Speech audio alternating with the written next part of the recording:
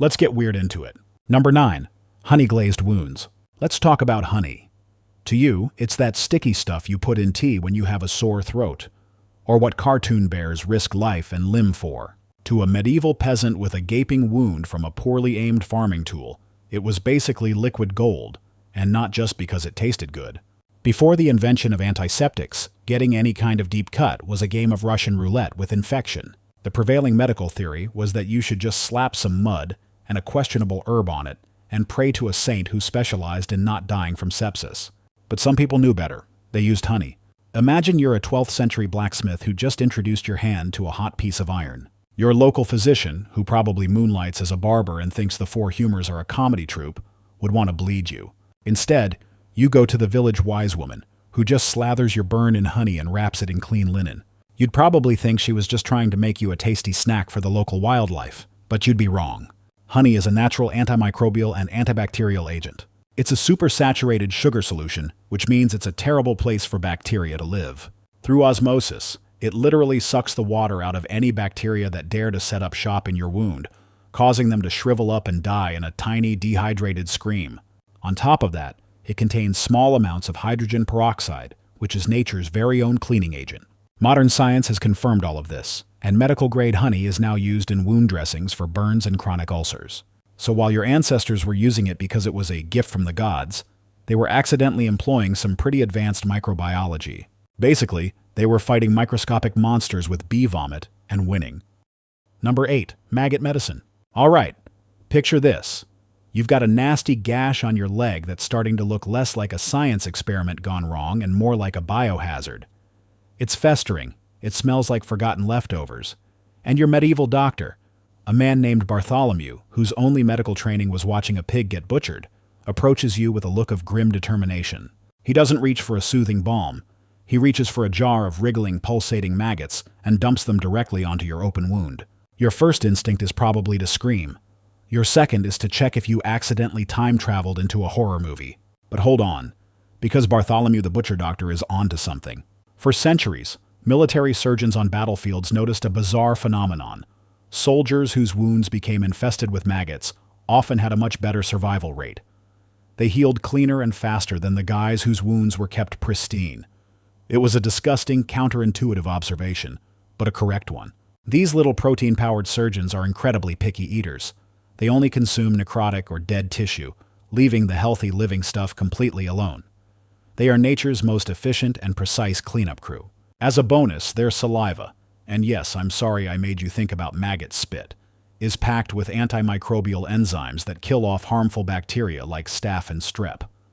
They're basically disinfecting the wound while they eat. It's a self-cleaning, all-natural buffet of horror. This isn't just some forgotten historical quirk. Maggot debridement therapy, or MDT, is a real FDA-approved medical procedure used today, especially for diabetic ulcers and wounds that are resistant to antibiotics. So next time you see a fly buzzing around, show a little respect. Its children might just save your leg one day. Or, just land on your potato salad. It's a 50-50 shot. Number 7. The holy power of moss. If you've ever gone hiking and seen that bright green, fluffy moss growing on a tree, you probably just thought, neat. Maybe you poked it. But if you were an injured Viking or a wounded Roman legionary, you'd look at that same patch of moss and see a state-of-the-art medical supply closet, specifically sphagnum moss, also known as peat moss. This stuff was the high-tech bandage of the ancient and medieval world, used for centuries to pack wounds on battlefields from Scotland to Scandinavia. So you've just taken an axe to the shoulder in a disagreement over a stolen goat.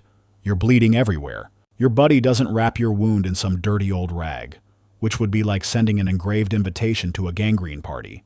Instead, he runs to the nearest bog, yanks up a handful of this miracle moss, and shoves it into the wound. Why? Because sphagnum moss is a super absorbent sponge. It can hold up to 20 times its own weight in liquid, which is far better than cotton. It wicks blood and other fluids away from the wound, keeping the area relatively dry and less hospitable for bacteria. But the real magic is in its chemistry. Sphagnum moss is highly acidic. This acidic environment makes it incredibly difficult for bacteria to grow, essentially creating an antiseptic force field around your injury. It also contains a compound called sphagnum, a type of phenol that has natural antibiotic properties. It's an absorbent, antiseptic, antibiotic bandage all rolled into one fluffy green package. It was so effective that it was used all the way up to World War I when surgical cotton supplies ran low. So this humble bog plant was basically the Johnson & Johnson of the Dark Ages, providing sterile, effective wound care long before anyone knew what a germ was. Your body gets a sterile, absorbent dressing, and a nearby bog gets a 1-star Yelp review for being plundered. Number 6. Safer than water beer. In the modern world, we're told to drink 8 glasses of water a day. In the medieval world, drinking a glass of water was like playing poker with a guy named Typhoid Timmy. You might be fine, or you might be dead in a week from dysentery. Rivers and wells were often contaminated with human and animal waste, turning every sip into a biological lottery. So what did people drink instead? Beer. And not just for fun, for survival. Now, we're not talking about the 9% ABV craft IPA that makes you want to text your ex. Most people, including children, drank what was called small beer. It was a low-alcohol brew, probably around 1–2%, that was a staple of the daily diet. The magic wasn't in the alcohol content, it was in the brewing process. To make beer, you have to boil the water. This single step, boiling the wort, killed off all the cholera, typhoid, and other nasty pathogens lurking in the water source. The fermentation process, with the introduction of yeast, further created an environment where harmful bacteria couldn't survive. So, when you were a peasant working in the fields, you weren't chugging ale to get a buzz on before lunch. You were hydrating with a beverage that was guaranteed to be free of microscopic death demons. It was caloric, it was hydrating, and most importantly, it was safe. It was the original energy drink minus the taurine and the heart palpitations. You could give it to your kids without being reported to social services, because the alternative was a glass of water that had probably been personally blessed by a cholera bacterium. It's a beautiful irony. The very process that created an intoxicant was actually one of the most effective public health measures of the era. Number 5. The Antiseptic Power of Pee. Okay, we're going to get weird now. We've had honey, maggots, and moss. It's time to talk about the human body's own built-in, sterile, all-purpose cleaning solution, urine. Yes, that stuff your body works so hard to get rid of was once considered a valuable resource for survival and sanitation. Ancient Romans used it to whiten their togas, and medieval folks found a much more intimate application for it. As a disinfectant. Let's say you're a soldier in the 14th century. You've just gotten a cut on your arm. There's no fancy antiseptic spray, no Neosporin, and the water is probably dirtier than the sword that cut you. What do you do? Well, if you were following the advice of the day, you might just urinate on the wound. I know. It sounds like the absolute worst idea in the history of ideas. But there's a twisted logic to it. Fresh urine, when it leaves a healthy body, is sterile. It's mostly water, but it also contains urea and ammonia, which have antimicrobial properties. By washing a wound with it, you were essentially rinsing it with a sterile saline solution that also had a mild antiseptic kick. It was better than using contaminated river water, and arguably better than doing nothing at all. This wasn't just a battlefield trick, it was a known folk remedy. The ammonia is the key player here. It breaks down the cell walls of bacteria, effectively killing them. It's the same reason ammonia is a key ingredient in many modern household cleaners. Your body literally produces a bottle of Windex, just for internal use. Of course, this is a last-ditch effort. It's not a great long-term strategy, and using someone else's pee is a terrible idea. But in a world where a paper cut could be a death sentence, using your own sterile, bacteria-fighting waste product was a surprisingly rational choice. Your body provides the wound, and then it provides the first aid. How efficient. Number 4. Eating your lawn. Imagine you're living in a drafty hut in 10th century Europe and the harvest was disappointing. The grain stores are low and winter is coming. You look out at the fields and see a bunch of pesky weeds. To a modern homeowner, these are a nuisance to be eradicated with chemicals. To your medieval self, this is the salad bar. Many of the common plants we now consider weeds were once vital sources of nutrition. Take the humble dandelion. You see a yellow pest that ruins your perfect green lawn. A medieval peasant saw a superfood. The leaves are packed with vitamins A, C, and K, and can be eaten raw in salads or cooked like spinach. The root can be roasted and ground to make a coffee-like beverage, and the flowers can be used to make wine. It was a one-stop shop for nutrition and mild intoxication. Or consider nettles. We know them as the plant that stings you and makes you regret wearing shorts. But once you boil them, the sting disappears, and you're left with a leafy green that's incredibly high in iron, calcium, and protein. It's like a free, angry version of kale. This wasn't just about staving off starvation.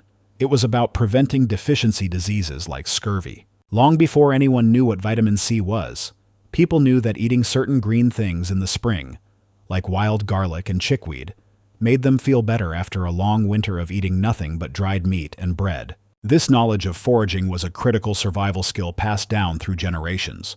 They were basically microdosing on vitamins from the plants everyone else ignored. So next time you're weeding your garden, remember you're not just doing yard work. You're throwing away a perfectly good, historically approved, nutrient-dense lunch. Number 3, making fire from a shirt. Fire is life. It provides warmth, cooks food, purifies water, and scares away things that want to eat you in the dark. But making it has always been the tricky part. You can rub 2 sticks together until your arms fall off, but unless you have the right tinder, you're just going to end up with sore shoulders and a cold dinner. This is where a nifty little medieval trick comes in: charcloth. Charcloth is essentially fabric that has been cooked without oxygen. Imagine you're a traveler in the Middle Ages. You have a flint and steel, but you need something that will catch a spark and turn it into a persistent ember. A regular piece of cotton will just smolder for a second and go out. But charcloth is different. To make it, you take a small piece of natural fiber cloth, like linen or cotton, maybe a piece torn from the hem of your tunic, and put it in a small sealed metal container, like a tin box. Then you toss that box into a fire. A tiny hole in the tin lets the gases escape, but prevents oxygen from getting in. This process, called pyrolysis, cooks the cloth, burning off all the water and volatile compounds, leaving behind almost pure carbon. The resulting material is black, brittle, and absolutely magical. A single fleeting spark from your flint and steel is all it takes to make it glow with a beautiful, steady red ember. It doesn't burst into flame, but it holds the heat with incredible stubbornness. You can then transfer this ember into a tinder bundle of dry grass or bark shavings and gently blow it into a full-fledged flame. This technique is so reliable that it's still taught today in hardcore wilderness survival courses. It's the difference between a warm meal and hypothermia, and it all starts with slowly roasting a piece of your own clothing. It's the ultimate in recycling, turning your fashion into fire. Number 2, the original refrigerator. Before the invention of the refrigerator, keeping food from spoiling was a full-time job. You couldn't just pop your leftovers in a Tupperware and forget about them for a week. Your leftovers would grow a civilization of their own and declare war on your cutlery. The primary enemy was microbial growth, and for thousands of years, humanity's greatest weapon in this war was a simple, crystalline rock: salt. Salting, or curing, is one of the oldest food preservation methods on Earth. If you were a medieval sailor about to embark on a long voyage, or a farmer with a pig that needed to last you through the winter, you weren't thinking about ice boxes. You were thinking about barrels and barrels of salt. The process is brutally effective. When you pack meat or fish in a thick layer of salt, osmosis kicks in again, just like with the honey. The salt draws the water out of the cells of the meat, creating an environment so dry that bacteria, yeast, and mold simply can't reproduce. They need water to live, and the salt takes it all away. This process not only preserves the meat, but also fundamentally changes its texture and flavor, creating things like prosciutto, bacon, and salt cod. This wasn't just about making food last. It was about creating entirely new kinds of food. Entire economies were built on the salt trade. Cities like Venice rose to power controlling it. Wars were fought over it. The word salary itself comes from the Latin word for salt, sal, because Roman soldiers were sometimes paid in salt. It was that valuable. So that humble salt shaker on your table isn't just a seasoning. It's the descendant of a technology that fueled empires, fed armies, and single-handedly prevented humanity from succumbing to mass food poisoning for millennia. It's the invisible shield that made civilization possible. Number 1. Cleanliness is next to godliness. We tend to imagine the Dark Ages as a time of unrelenting filth. People covered in mud, living in squalor, and smelling absolutely terrible. And while hygiene standards weren't exactly what they are today, the idea that no one cared about being clean is a myth. People understood on a fundamental level that filth led to sickness, and their solution was one of the cornerstones of chemistry: soap. Making soap is a surprisingly simple, if slightly dangerous process that our ancestors had mastered. The 2 key ingredients are fat and lye. The fat could be anything from leftover animal tallow after butchering to olive oil in the Mediterranean. The lye is where it gets interesting. Lye, or sodium hydroxide, is a strong alkali. The most common way to get it was from wood ash. You'd run water through a barrel of ashes from your fireplace, and the liquid that dripped out the bottom would be a potent lye solution. You then carefully boiled this lye with the fat, and through a chemical reaction called saponification, the molecules would rearrange themselves to become soap and glycerin. This wasn't some gentle, lavender-scented artisanal bar. It was often harsh, crude stuff.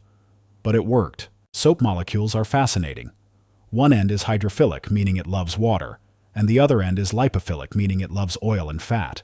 When you wash your hands, the oil-loving end grabs onto the grease and grime, and the water-loving end lets the running water wash it all away, taking germs and bacteria along for the ride. By regularly making and using soap, medieval people were practicing a form of germ theory without even knowing what a germ was. They just knew that using this weird fatty ash jelly made them cleaner and less likely to get sick. It was a small, revolutionary act of chemical engineering performed in a pot over a fire, proving that sometimes the best survival tactic isn't a weapon or a medicine, but a simple bar of soap.